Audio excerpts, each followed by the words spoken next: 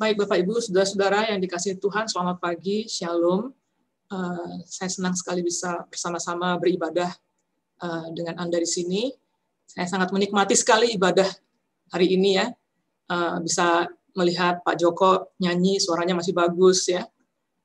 Saya Zoom dari kantor saya di SDT Amanat Agung, tempat saya melayani di sini sebagai seorang dosen, tempat di mana dulu Pak Joko juga pernah belajar teologi di sini. Ini adalah kesempatan yang saya sangat syukuri bisa bersama-sama dengan saudara-saudara melayani dan beribadah pada pagi hari ini. Dan saya diberikan satu topik yang sangat menarik sekali, yang saya juga sangat bersemangat untuk membahasnya bersama-sama dengan saudara-saudara semua dan merenungkannya. Biar firman Tuhan hari ini juga boleh mengubah kita, memperbaharui cara kita berpikir tentang ibadah.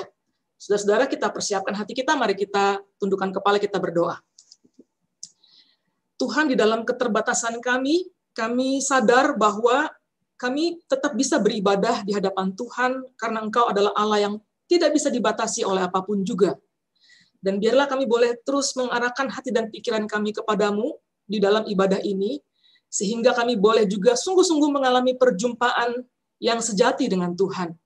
Baik di dalam keseluruhan ibadah kami maupun juga di dalam kebenaran firman Tuhan yang akan kami baca dan kami renungkan. Tuhan, tolong hamba-Mu supaya dapat menjelaskannya dengan baik, dan setiap kami yang berbicara maupun yang mendengarkan boleh mendapatkan berkat yang sama di hadapan Tuhan. Kami bersyukur di dalam nama Tuhan Yesus, kami berdoa. Amin. Saudara, firman Tuhan yang saya pilih untuk kita renungkan pada pagi ini diambil dari Yesaya pasal 1 ayat 10 sampai 18. Yesaya pasal 1 ayat 10 sampai 18. Saya akan bacakan buat Bapak Ibu saudara-saudara sekalian ya. Yesaya 1 ayat 10 sampai 18. Demikian firman Tuhan. Dengarlah firman Tuhan, hai pemimpin-pemimpin manusia Sodom. Perhatikanlah pengajaran Allah kita, hai rakyat manusia Gomora. Untuk apa itu korbanmu yang banyak-banyak, firman Tuhan? Aku sudah jemu akan korban-korban bakaran berupa domba jantan dan akan lemak dari anak lembu gemukan. Darah lembu jantan dan domba-domba dan kambing jantan tidak kusukai. Apabila kamu datang untuk menghadap di hadiratku, siapakah yang menuntut itu daripadamu? Bahwa kamu menginjak-injak pelataran bait suciku. Jangan lagi membawa persembahanmu yang tidak sungguh, sebab baunya adalah kejijikan bagiku. Kalau kamu merayakan bulan baru dan Sabat, atau mengadakan pertemuan-pertemuan, aku tidak tahan melihatnya, karena perayaanmu itu penuh kejahatan. Perayaan-perayaan bulan barumu dan pertemuan-pertemuanmu yang tetap, aku benci melihatnya. Semuanya itu menjadi beban bagiku. Aku telah payah menanggungnya. Apabila kamu menadahkan tanganmu untuk berdoa, aku akan memalingkan mukaku. Bahkan sekalipun kamu berkali-kali berdoa, aku tidak akan mendengarkannya. Sebab tanganmu penuh dengan darah. Basuhlah, bersihkanlah dirimu. Jauhkanlah perbuatan-perbuatanmu yang jahat dari depan mataku. Berhentilah berbuat jahat, belajarlah berbuat baik. Usahakanlah keadilan, kendalikanlah orang kejam. Belalah hak anak-anak yatim, perjuangkanlah perkara janda-janda. Marilah, baiklah kita berperkara, firman Tuhan. Sekalipun dosamu merah seperti kirmizi, akan menjadi putih seperti salju. Sekalipun berwarna merah seperti kain kesumba, akan menjadi putih seperti bulu domba. Sedemikian jauh bacaan firman Tuhan. Yang berbahagia ialah mereka yang mendengarkan firman dan memeliharanya dalam kehidupannya hari lepas hari. Saudara, kalau saya mencoba mengkonstruksikan pasal ini, ya pasal 1 ini ya, menjadi suatu alur yang mungkin bisa menolong kita memahami pasal ini ya. Jadi Yesaya pasal 1 ini menyampaikan sebuah gugatan Allah atas dosa dan pemberontakan orang Israel. Jadi bangsa ini dikatakan telah meninggalkan Tuhan. Tuhan Allah yang sudah membesarkan mereka seperti anaknya sendiri. Pemberontakan orang Israel ini sudah menyakiti hati Allah. dan Allah menyatakan hukumannya. Tapi apa respon bangsa ini? Di orang Israel ini seperti tidak punya rasa bersalah. Jadi kayak orang nggak punya rasa bersalah, mukanya biasa saja. Mereka tetap melanjutkan hidup mereka tanpa memeriksa diri. Dan Yesaya kemudian menyampaikan firman Tuhan ini dengan keras sekali. Ya, ini firman yang keras sekali. Dia bilang lembu mengenal pemiliknya, tetapi Israel tidak. Keledai mengenal palungan yang disediakan tuannya, tetapi umatku tidak memahaminya. Ini seperti orang yang nggak tahu diri gitu. Nah mungkin saat itu, saudara, mungkin orang-orang mengatakan, enak aja nih Yesaya. Kamu nggak lihat apa? Kita nih lagi kumpul di sini beramai-ramai. Kita sedang beribadah di sini. Kita mempersembahkan korban persembahan kepada Allah. Mungkin mereka mengatakan kepada Yesaya, kamu nggak lihat aku bawa domba jantan. Aku bawa kambing jantan. Aku bawa lembu jantan yang gemuk. Yang terbaik. Apa kamu nggak lihat? Apa kamu nggak lihat kami semua datang ke pelataran bait suci Tuhan? Lalu ada imam membawa persembahan kepada Tuhan. Apa kamu nggak lihat kami merayakan bulan baru dan juga merayakan Sabat? Kami merayakannya dengan meriah.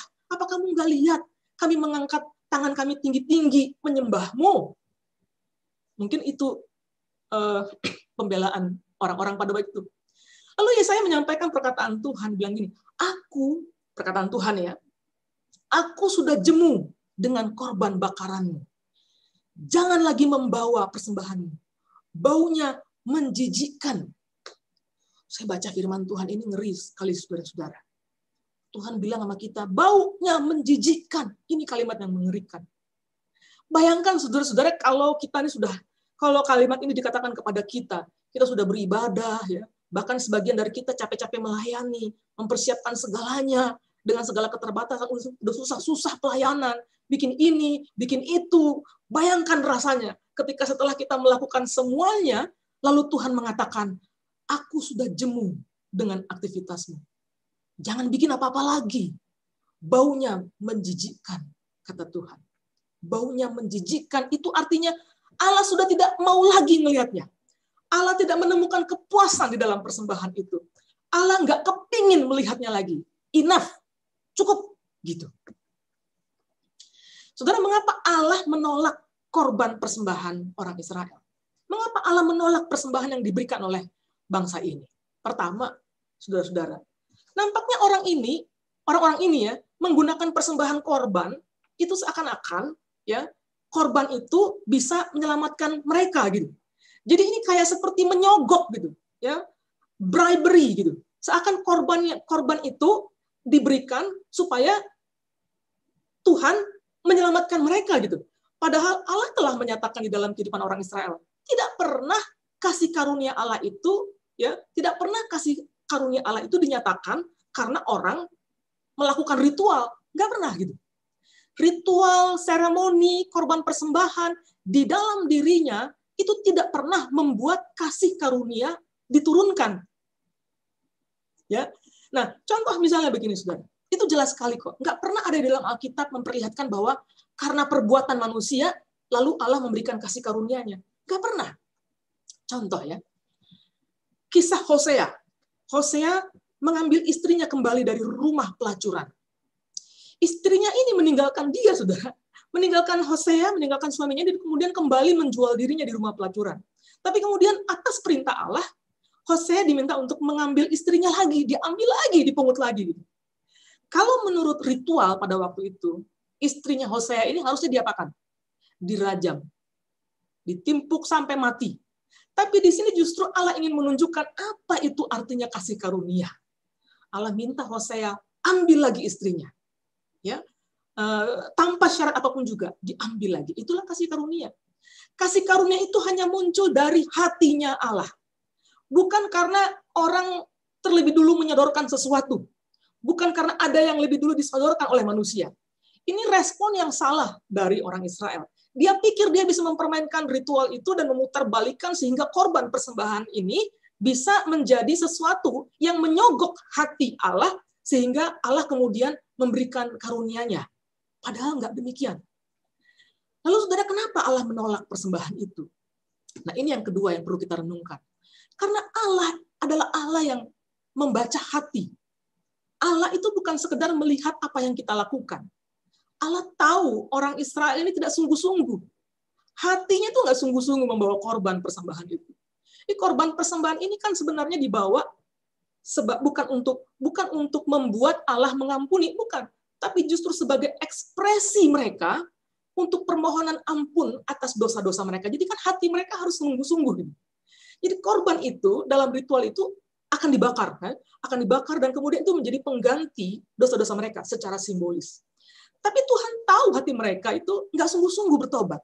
Hati mereka tuh dengan apa yang dilakukan itu tidak sinkron. Hati dengan tindakan tidak sama. Tangan mereka diangkat, wajah mereka seakan-akan menghadap kepada Tuhan, tapi hati mereka itu tidak kepada Tuhan. Nggak cocok. Nah, Allah membaca hidup ritual kita, saudara, dengan cara yang berbeda. Nggak seperti kita membaca orang lain. Kalau kita kan melihat orang lain tuh plain ya, oh dia aktif melayani, oh dia sungguh-sungguh beribadah, oh dia muncul di Zoom, gitu ya, oh dia semangat kalau nyanyi, oh dia begini dan sebagainya. Ternyata, saudara, kondisi hati dengan aktivitas ritual itu bisa sangat beda. Kondisi hati dengan aktivitas ritual itu bisa nggak cocok, bisa nggak sambung, ya, bisa berbeda. Manusia tuh sanggup melakukan sesuatu yang beda dengan hatinya. Jadi beda hati, beda tindakan. Itu bisa terjadi sama kita. Jadi rupa-rupanya mengangkat tangan, nyanyi, ya, dengan nampaknya kelihatan begitu khusyuk, ya, itu bukan indikator bahwa hati kita itu sedang tertuju kepada Tuhan. Belum tentu. Belum tentu. Karena bisa jadi hati itu berbeda dengan tindakan. Hati dan tindakan itu bisa berbeda. Jadi aktivis, jadi pelayan ibadah, mengerjakan ini, mengerjakan itu, rapat di sana, rapat di sini, melayani di bidang itu, melayani di bidang ini, sibuk sekali. Ternyata itu belum tentu menunjukkan bahwa hati kita kepada Tuhan. Tuhan ini bisa membaca hati kita. Makanya dia mengatakan kepada Israel, aku sudah jemu dengan korban bakaranmu. Jangan lagi membawa persembahanmu. Baunya menjijikkan. Saudara-saudara, ternyata ada hal yang lebih esensial yang Tuhan ingin dari umatnya. Jadi bukan sekedar pemberian, bukan sekedar persembahan, bukan sekedar ritual manusia. Ada yang lebih esensial yang Tuhan ingin lihat di dalam hidup umatnya. Saya akan memberikan beberapa contoh, beberapa kali Allah menolak persembahan yang diberikan oleh manusia. Jadi sebenarnya ini bukan baru sekali kita melihat di dalam Alkitab bahwa Allah menolak persembahan manusia.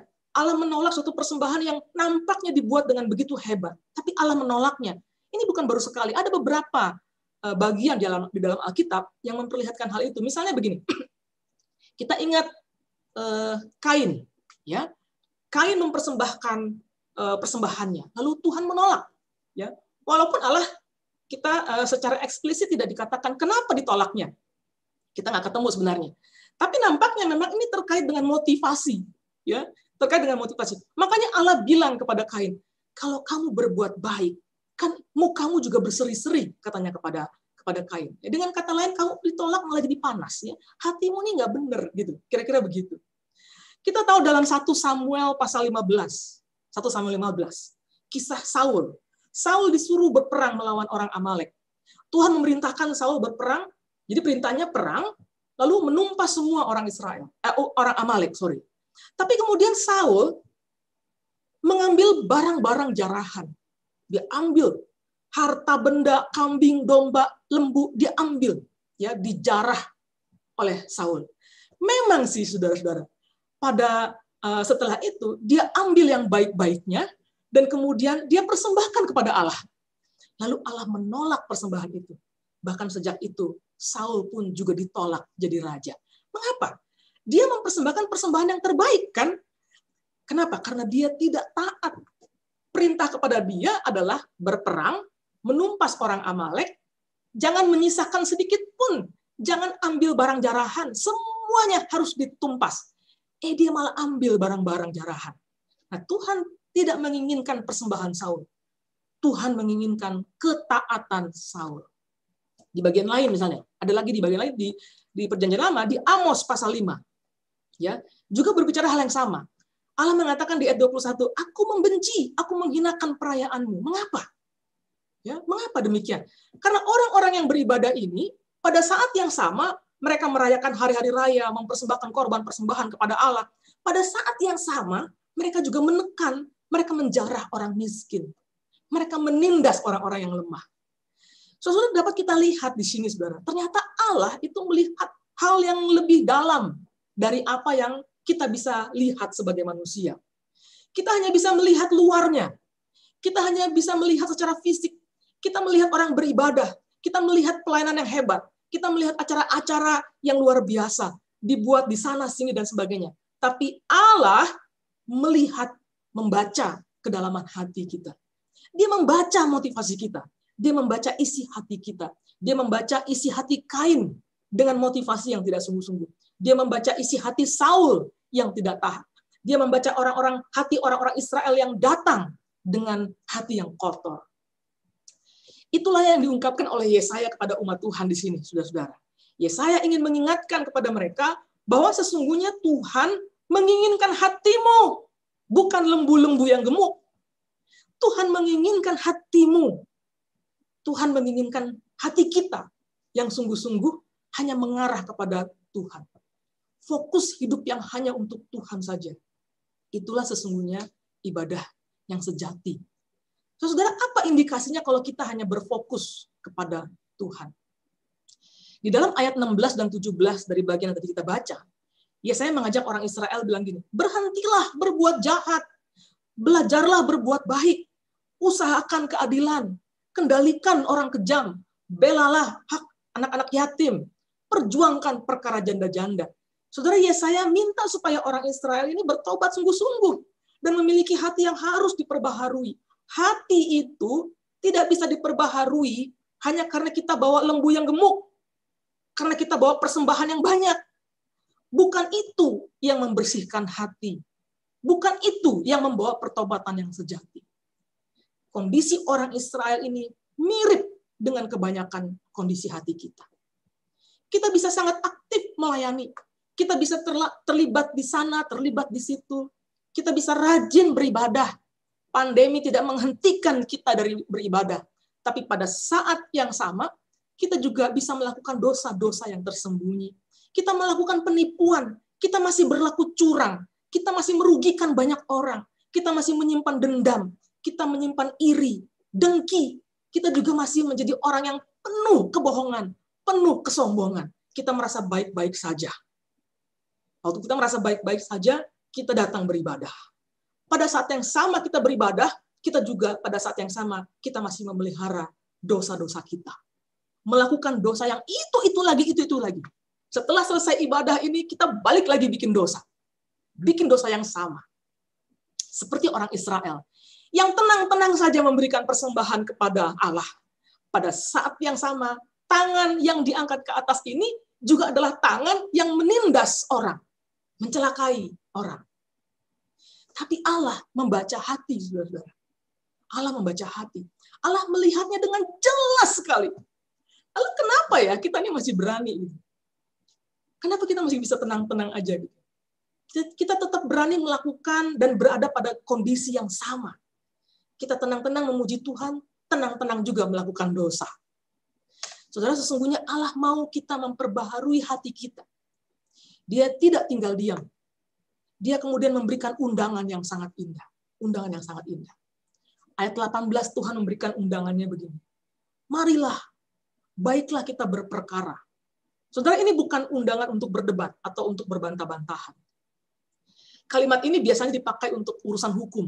Jadi ketika suatu perjanjian ada yang melanggar, maka kedua belah pihak akan duduk bersama-sama dan kemudian membahas. Biasanya begitu. Ini bahasa hukum. Marilah kita berperkara, katanya gitu. Nah, ini adalah ajakan Allah untuk membereskan dosa-dosa kita, membereskan pelanggaran-pelanggaran kita. Ini undangan yang begitu penuh kasih. Ini undangan yang begitu intim yang Allah berikan kepada kita. Dia ingin duduk bersama dengan kita. Dia ingin bersama-sama dengan kita merasakan itu. Dan dia ingin membereskan dosa-dosa kita. Dia tidak mau kita terus-menerus berkubang di dalam dosa-dosa yang sama. Sementara kita juga begitu aktif melayani Tuhan. kita begitu aktif beribadah secara ritual, padahal kita masih tetap melakukan dosa yang sama. Saudara, mungkin kita berpikir, ya udahlah, kalau gitu aku nggak usah ibadah deh. Ya jangan sampai begitu ya saudara-saudara ya. Aku nggak usah ibadah deh minggu depan. Tuh, aku juga banyak dosa, kita bilang begitu. Ya, kalau kayak begitu mendingan nggak usah deh, aku nggak usah ibadah, ntar dulu deh. Kalau aku nanti sudah baik, kalau aku nanti sudah jadi orang benar, baru aku akan beribadah. Saudara, kita nggak akan pernah bisa jadi baik tanpa Tuhan yang memperbaiki hidup kita. Tidak pernah orang bisa menjadi baik tanpa Tuhan. Kita tidak bisa membereskan dosa-dosa kita sendiri. Kita bilang, ntar juga berhenti kok. Kita bilang gitu. Ntar juga kita nggak akan lakukan lagi. Tapi ternyata enggak. Sampai tua, kita tetap hidup dalam kemarahan. Hidup dalam dendam. Mulutnya penuh kemakian. Perkataannya banyak menghancurkan orang lain, menyakiti hati orang, menyakiti anak-anak kita, menyakiti pasangan, menyakiti rekan, dan sebagainya. Kita tetap punya kebiasaan-kebiasaan yang sama. Saudara, kita tidak bisa membereskan dosa-dosa kita sendiri. Tidak bisa. Warna merah, di dalam Yesaya ini ya, dia menyebutkan soal warna merah. Warna merah atau cat merah yang dibicarakan di ayat 18 ini, itu tidak seperti warna merah yang kita bayangkan, ya, cat dinding, cat air gitu ya. Pada waktu itu warna merah itu bukan didapat dari cat minyak, bukan. Waktu itu warna merah itu didapat dari sejenis kerang sebenarnya, ya, binatang laut, sejenis kerang. Dan itu mungkin seperti kalau cumi kan mengeluarkan hitam ya, tapi ini ada sejenis kerang yang dia mengeluarkan warna merah, dan itu tidak mungkin bisa dihilangkan. Kalau itu dipercikkan di kain putih, tidak mungkin bisa hilang. Jadi teknologi apapun pada waktu itu nggak bisa menghilangkan warna merah itu. Ya, nah seperti itulah susahnya warna merah itu dihilangkan. Tapi kemudian di sini Allah menggambarkan dosa kita itu seperti kirmizi, ya, seperti kirmizi atau tinta merah yang melekat di kain putih. Manusia manapun tidak akan bisa membersihkannya. Tapi Tuhan Allah mengatakan, sekalipun dosamu seperti warna merah di kain kesumba, akan menjadi putih seperti bulu domba. Jadi dia sanggup mengambil noda merah itu. Dia sanggup mengubah kesumba itu menjadi putih seperti bulu domba. Di dalam hidup kita, dia sanggup memperbaharui hati kita. Dia sanggup memurnikan kembali, supaya hati kita ini kembali diarahkan hanya kepada Tuhan. Hidup kita kemudian menjadi sepadan dengan keselamatan yang diberikannya. Jadinya hati sama hidup selaras, ya. Hati, hidup, perbuatan itu selaras. Hati dengan perbuatan sejalan. Hidup yang diarahkan kepada Kristus, itulah saudara-saudara ibadah yang dinanti-nantikan oleh Tuhan untuk kita lakukan. Kalau begitu Bapak Ibu saudara-saudara, masakan kita masih berani meneruskan perbuatan dosa kita? Padahal kita tahu Allah itu bisa membaca hati, kedalaman hati kita. Tahukah saudara, kualitas ibadah kita itu tidak ditentukan dari kehebatan kita merancang ibadah. Ya, kualitas ibadah kita tidak ditentukan dari musik yang hebat atau hebatnya desain ini, enggak. Saudara bayangkan sebelum pandemi datang, orang itu sibuk sekali merancang ibadah yang hebat. Ya, saya suka kalau saya khotbah di mana-mana, saudara. Saya kagum sekali dengan bagaimana orang Kristen bisa melakukan ibadah. Tata lampu yang hebat, ya, musik yang luar biasa, investasi ratusan juta untuk menghasilkan sound system yang bagus. Saya pernah bertemu dengan satu gereja, gerejanya nggak besar, ya, gerejanya nggak besar. Yang datang paling cuma hanya nggak sampai 100, tetapi dia invest ratusan juta untuk sound system, alat musik yang luar biasa, layar LED yang sangat besar, sangat canggih, yang saya pun juga terkagum-kagum gitu ya, rasanya tuh hebat sekali gitu kalau bisa khotbah di belakangnya LED yang sangat luas gitu. Sewa ballroom yang mahal gitu. Ternyata itu bukan yang utama, bukan? Itu bukan yang utama. Pandemi ini mendesak kita untuk kembali kepada hal-hal yang esensial, termasuk ibadah. Akhirnya kita kembali kepada yang esensial di dalam ibadah. Bahwa hakikat yang utama dari ibadah kita itu adalah hati yang diarahkan kepada Tuhan. Orang nggak bisa lagi pakai sound system ratusan juta. LED yang gede itu nggak ada gunanya. Nggak perlu ballroom yang besar-besar. Tidak perlu ratusan juta untuk membuat ibadah. Nggak perlu lagi band yang begitu full. Pak Joko nyanyi sendiri juga bisa tadi. Ya, saya yakin tuh musiknya juga dia sendiri yang bikin. Akhirnya kita kikis, kita potong-potong semuanya. Karena ternyata semuanya itu bukan yang utama. Saya nggak mengatakan itu penting loh. Saya nggak mengatakan itu nggak penting. Tapi ternyata itu nggak utama. Pandemi ngajarin kita seperti itu. Wah, Tuhan itu hebat ya. Nggak perlu dia susah-susah, pakai pandemi aja. Kita harus rubah cara kita berpikir. Saudara akhirnya beribadah seperti ini. Di Zoom, saudara di rumah nggak ada musik, nggak ada apa-apa. Tapi hati kita, Tuhan lihat. Hakikat yang utama dari ibadah kita adalah hati yang diarahkan kepada Tuhan. Apakah hati kita arahkan kepada Tuhan, saudara?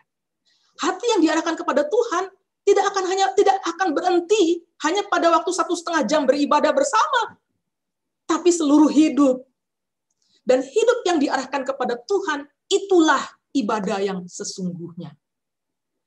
Tahukah Anda, contoh begini, dalam satu orkestra, tapi mungkin orkestranya yang string semuanya ya. Saya pernah melihat satu orkestra, ya.